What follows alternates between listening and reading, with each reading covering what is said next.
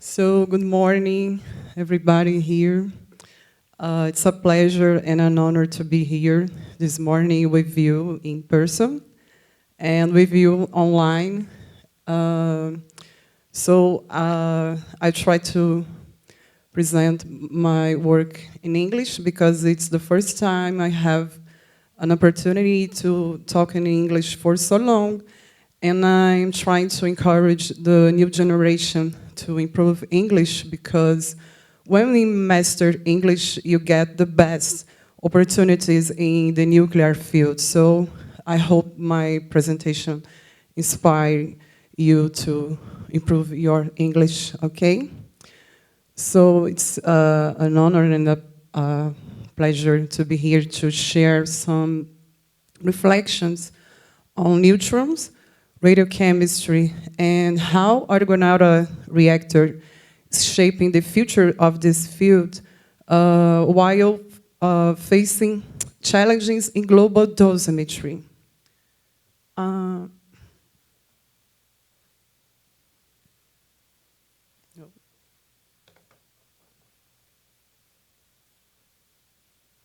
Please, I need help to change the slide.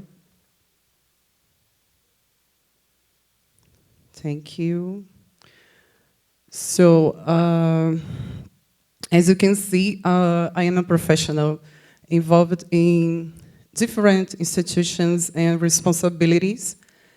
And I see myself as a professional that is connecting research and applications, tradition and innovation. And most importantly, I am connecting people with people and institutions. Thank you.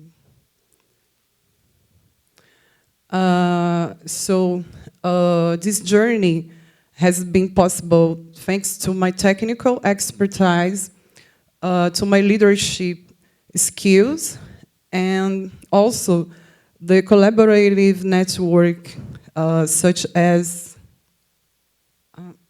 there is a red light here. Somebody can help me?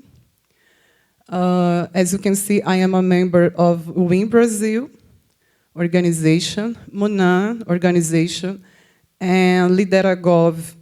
Lideragov gave me the opportunity to meet Dr. Adriana Marx, that is here, and later we will be in a round table about leadership and at 4 p.m. in this auditorium, okay? And I invite you to be with us to talk about leadership in the nuclear field.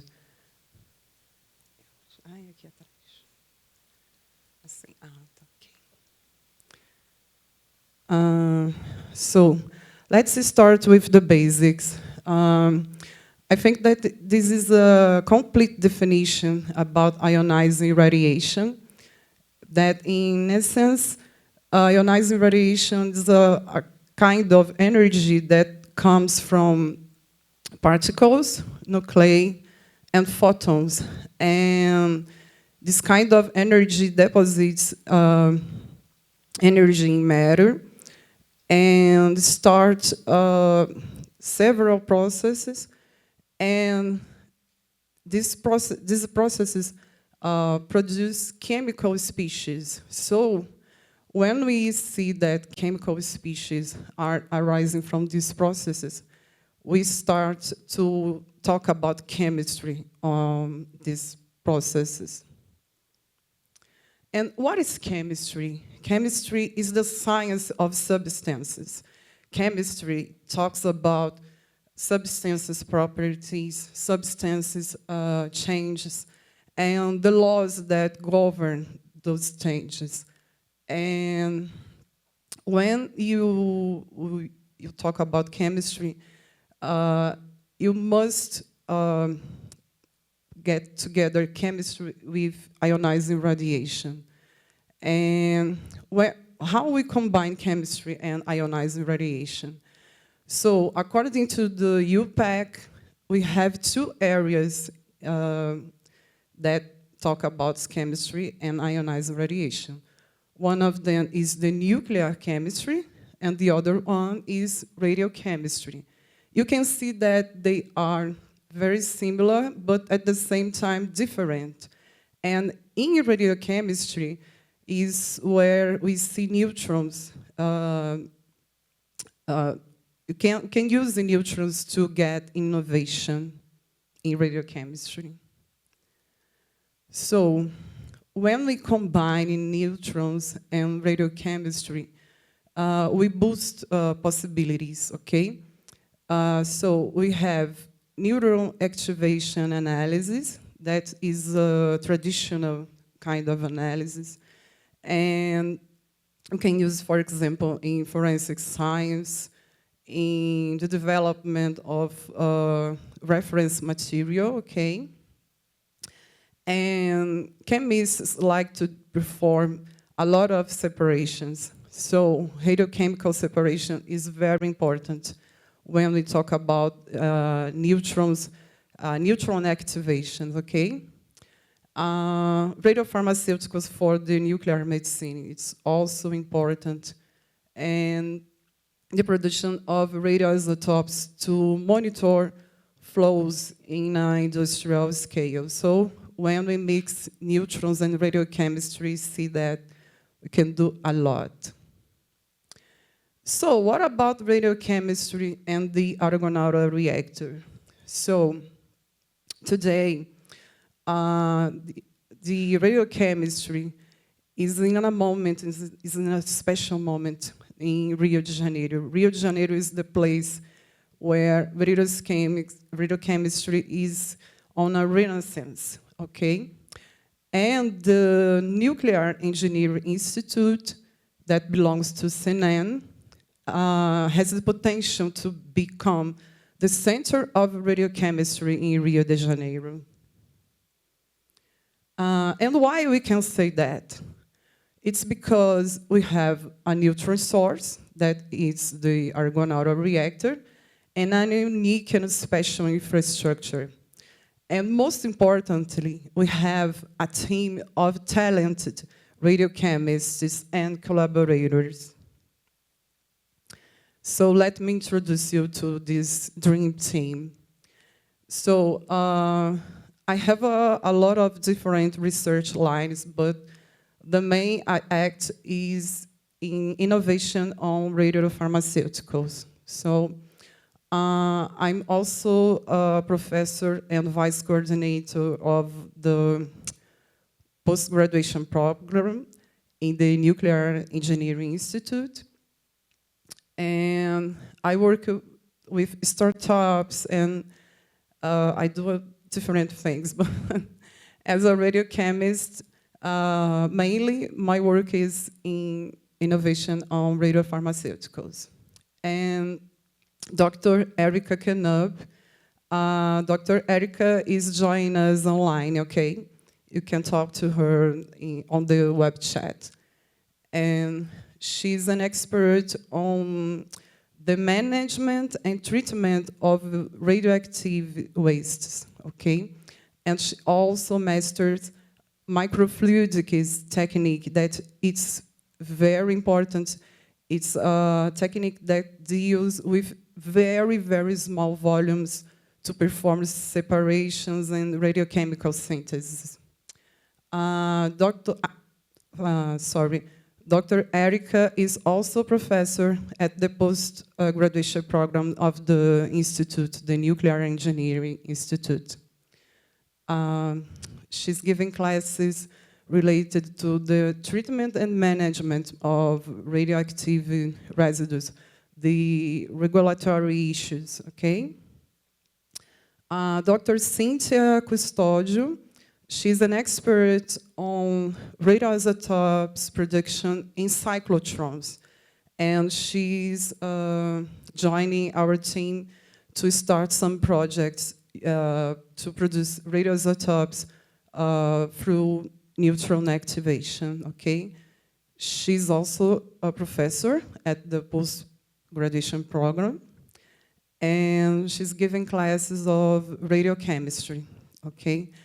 I forgot to mention that I'm professor also in the Army Engineering Institute in Rio de Janeiro, and I give radiochemistry classes there.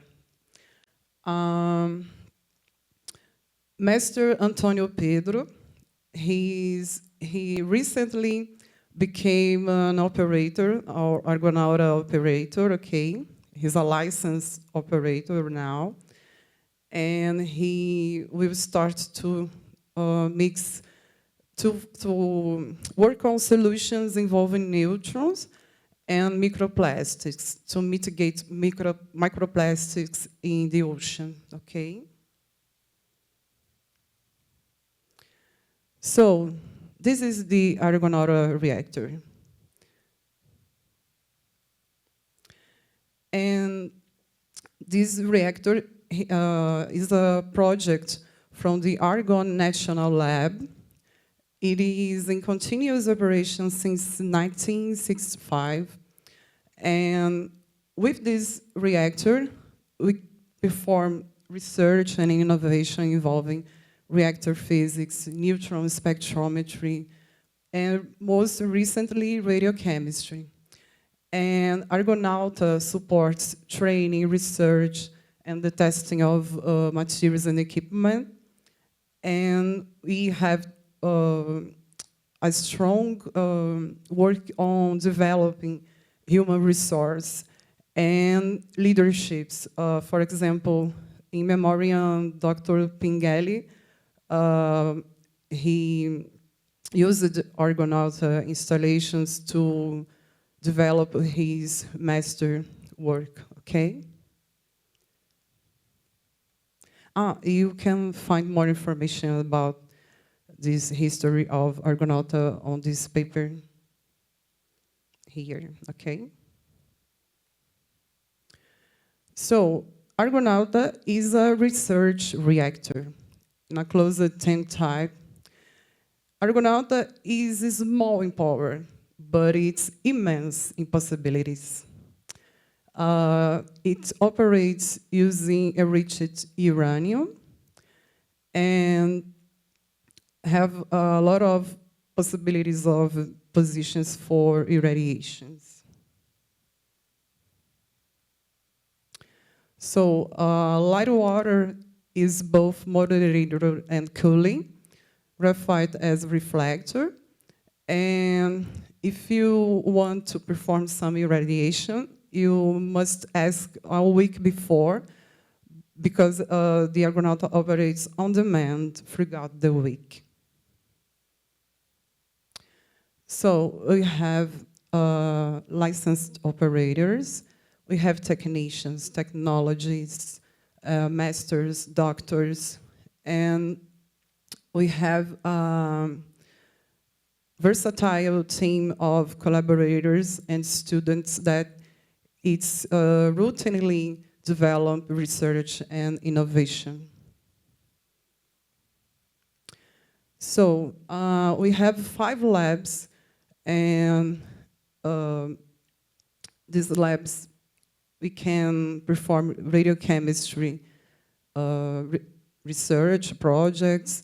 We have a lab for nuclear measurements, neutronography, and automation. It's a very interesting lab we have on Argonauta facilities, and a mechanical workshop for maintenance, preventive, routine maintenance.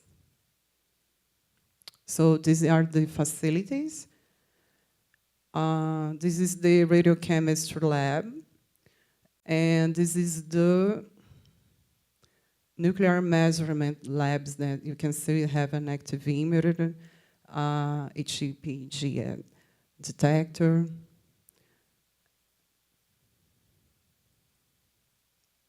And Argonauta also offers products and services. For example, if you can have imaging of a sample by using neutrons, metrology of neutrons, and also a production of a lot of different radioisotopes that are mostly used in the gas oil industry. Neutron radiography for the aerospace industry, training for operators and professionals, recently operators from the electronuclear company was with us to update knowledge. And the graduating courses of nuclear engineering and medical physics from the UFRJ, every year they are with us to learn with our facilities, because we have experimental classes. We offer experimental classes for this audience. And something very important, we also contribute to science communication through guided visits for students from high school to post-graduation levels. Indeed, how Argonaut is shaping the future of radiochemistry. So, to build a future, we must look to the past and act in the present time. So, looking back, we can see that Argonauta, over the decades, has been contributing to numerous dissertations and theses, is highly cited in scientific publications, and its consolidated radioisotopes production has strongly supported advance on radiochemistry, and this external funding enabled relevant modernization of the facilities that you saw slides before. So what about today? We have a licensed installation. I don't know for how long, because we have the new authority. So, but till this time, it's licensed. So we have an infrastructure for development of a lot of different works involving radiochemistry. We have connection with 2 startups, Atomum and Radion, but Radion is passing for a big change. And also we have sponsored students with a great number of women, and also talent neurodivergent people. So when we look for the global dosimetry challenges, that it's a lot.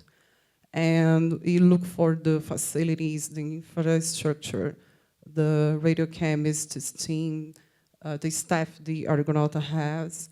So we select these 3 main challenges to help, okay, to contribute. And for example, we see that there is a nutrient demand involving precision in nuclear medicine. We need to improve this precision, the precision dosimetry in nuclear medicine, the mapping of radioisotopes in the environment, and also the waste, radioactive waste treatment. So today, what is the impact of radiochemistry at Argonauta on these challenges? So Dr. Erika Knupp has these 4 research lines. As you can see, she's working with radioactive waste and in solutions to mitigate the spread of this material in the environment. She also masters microfluidics, and that is a very interesting and relevant technique. And you can see in details, okay, here in the event, in the symposium, she's presenting these 2 works involving radioactive waste, okay? Dr. Knupp, please, if you want to say something, writing on the web chat, okay? So, Master Tamira, She's working with metrology in ionizing radiation for nuclear medicine, and this work she presented last Tuesday afternoon, and you can look for that work to see more details, because we have a problem of standardization of procedures, and she's working on this kind of solution involving really embolization with 90 yttrium.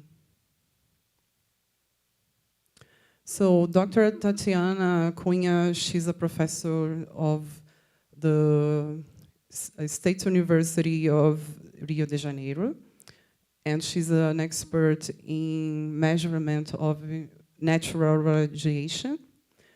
And also we have work here. I forgot to mention that this work, I'm collaborating, with this work. And also I'm collaborating with this as well. And it's very important to measure natural radioactivity, to monitor over time.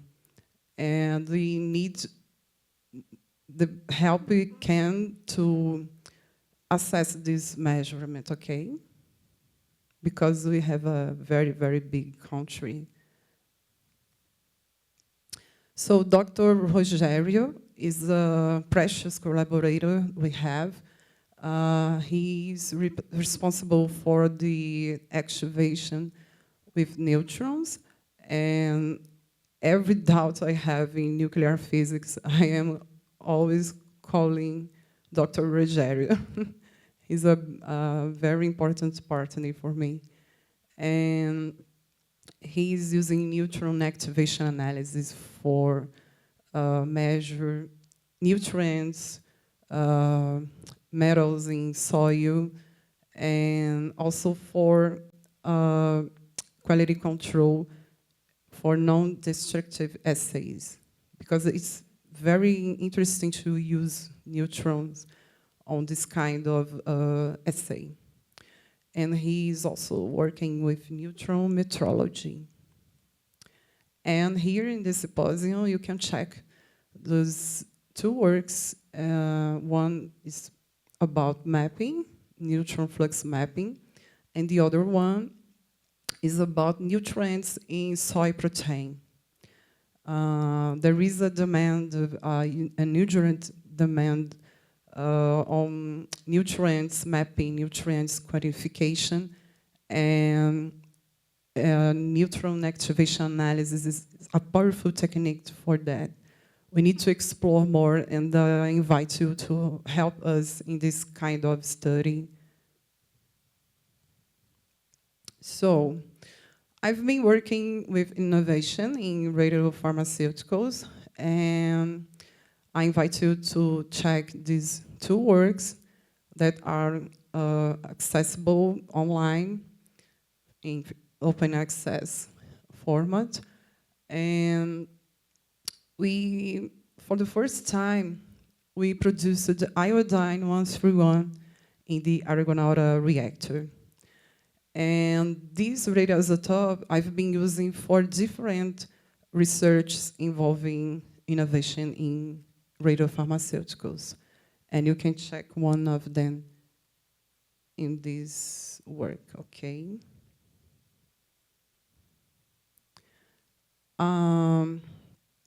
I'm also part of a metrology team, and we have these two papers, that you can check. And we are using statistics tools to know how, when we can discharge or not radioactive waste in nuclear medicine service, And it's something interesting because I don't see too much statistic in the nuclear field. Usually people just use that detection measurements, but here we are bringing another approach to to this kind of situation that is very ordinary. So, Dr. Nathalie Lima, she's been developing herself in radioactive nanoparticles for applications in nuclear medicine, and she's working with gold nanoparticles, and you can check this work here in the symposium, okay? And Dr. Nathalie has recently approved in an edital for innovation in startups, okay? You know Sebrai, and she got a sponsor in this edital with this work, okay? So, what is about to come? We see that we have these technical demands. Those demands came from people that talked to me and said, oh, I have this kind of urgent demand. Everything is urgent, but we don't have time and money to be urgent. So, but in forensic science, people are interested in measurements for forensics. People want to develop certified material, okay? And one thing that it's really, really important to us, we need to prepare more experts on chemistry, okay? On radiochemistry, because we have a lot of students from medical physics, from the nuclear engineering, that want to work on the lab, but they don't master chemistry for that. So it's a problem and it's an opportunity. I don't know how to solve this yet, but I believe that we must invest on this kind of training, because radiochemists are few people. We need more persons with chemistry and radiochemistry training. So these social demands we have, we must be committed to diversity and inclusion as an official policy. We need to develop human resources, new leaderships, and we must invest on management skills development, and we must align our work, our research projects with the 17 Sustainable Development Goals. It's something that it's not a personal desire. It's something from a higher level. It's something that comes from our government. So, and what do experts say about the future of radiochemistry at Argonauta? So, Dr. Knupp and Dr. Rogério says that the integration of the university can make the research stronger.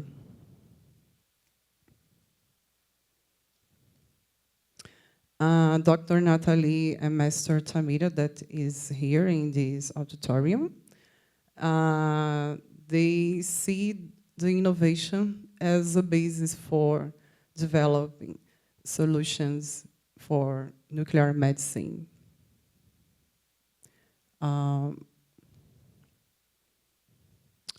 Dr. Tatiana is still working on radioisotopes mapping is a demand for the future. And I'm working with radio embolization innovation. I'm trying to use PET and SPECT image. So, with this presentation, we want to state that the Argonaut reactor became a living ecosystem of people, ideas, and opportunities. Today, Argonauta represents a renaissance of radiochemistry in Rio de Janeiro, and it positions Brazil as a relevant actor in global discussions on dosimetry, innovation, and sustainable development. Thank you.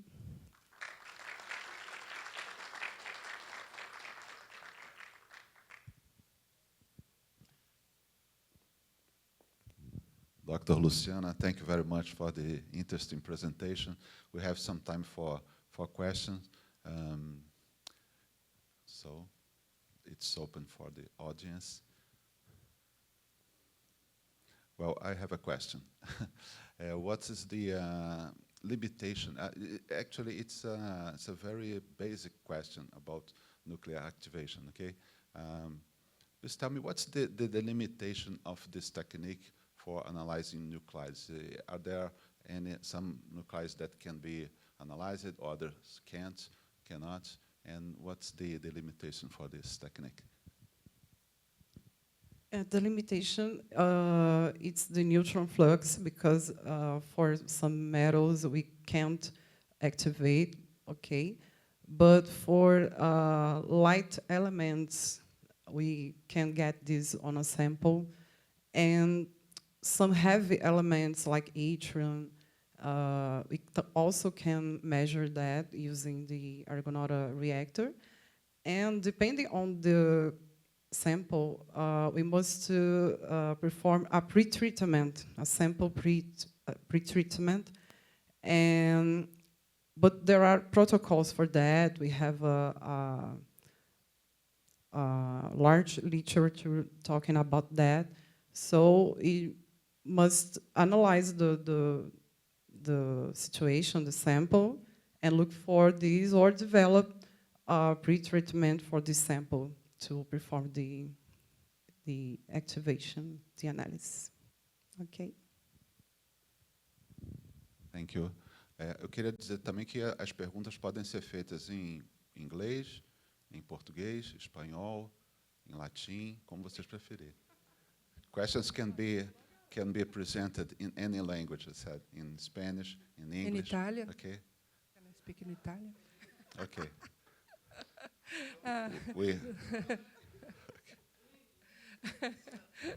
Okay. Luciana, how can we apply to use the Argonaut?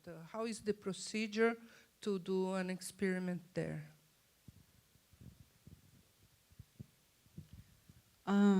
We have an official channel from the institute, but you can talk to any collaborator or person from Argonauta, because the person will say, oh, look for André, that is the boss, or look for Luciana, or look for Antonio, or look for Erica Kenup. So when I introduce you to this team, the idea is also to have connections with them, okay? So maybe a non-official contact you do first, but we can go to the official ways later, okay?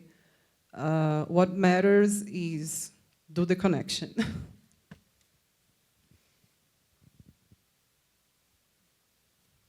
Now, Dr. Richard, please. Hello, very nice talk. Thank you very much. Thank you. So, the status of research reactors and the like that you're showing here in Brazil seems very healthy compared to Europe, where such facilities are now very few, and it is rather difficult to, and they are in general rather difficult to maintain. Hence the threat of poor access to radioisotopes in the very near future. So what is Brazil doing right?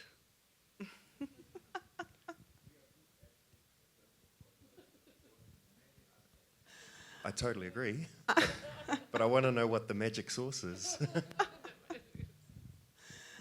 I don't know if the right expert to answer that because I'm not a physicist, but I can tell you is that people believe and enjoy what they do. And it helps a lot because our field is that we believe in and we love what we do. And we have a few people working, and we have collaborators that are eager to be part of the staff officially, but we don't have the official ways to retain talents. And that's why when we look to the future, we have, how can I say, available indexes. You know, real goals, available goals, because our reality is simple, but it works very well.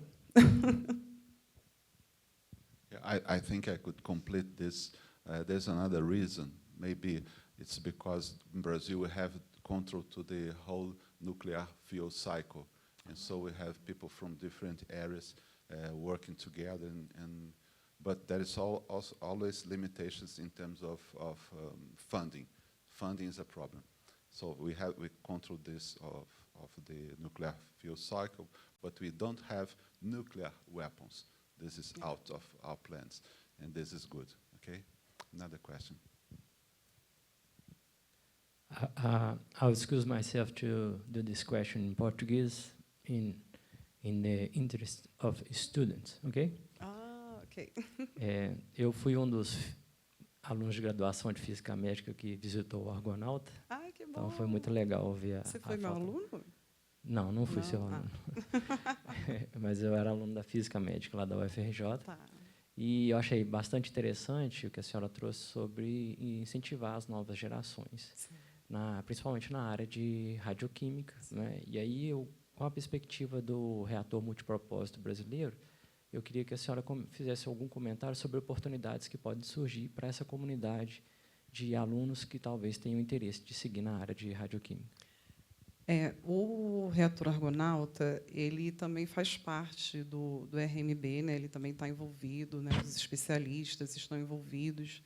E ele, eu não sei os detalhes assim do projeto, né? Porque eu não sou uma física de reatores, eu sou uma radioquímica, eu sou uma usuária final ali do reator, né?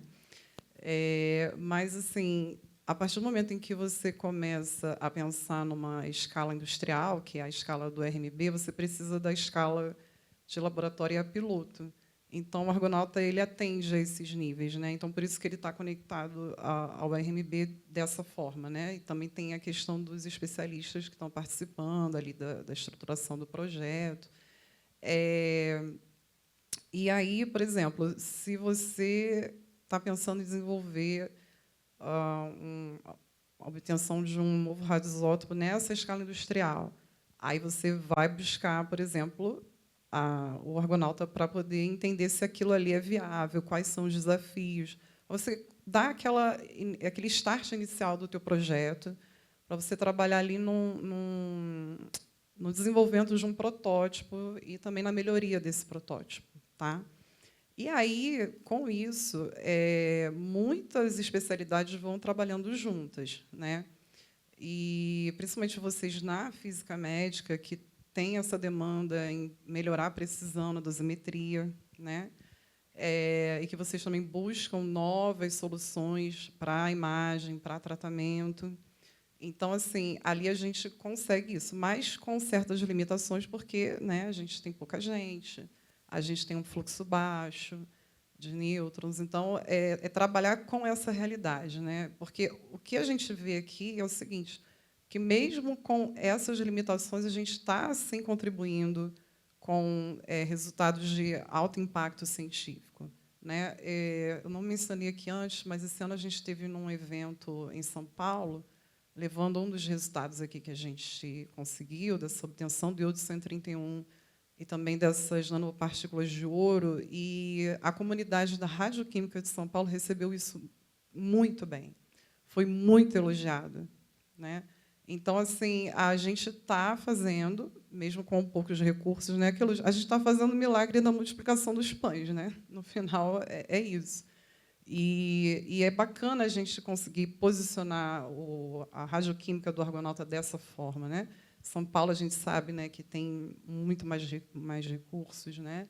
Já tem uma trajetória ali muito maior que a nossa. Então, tipo, a gente foi ali meio que bebê, chegando no meio, né, do pessoal gigante, e os gigantes receberam muito bem a gente, né?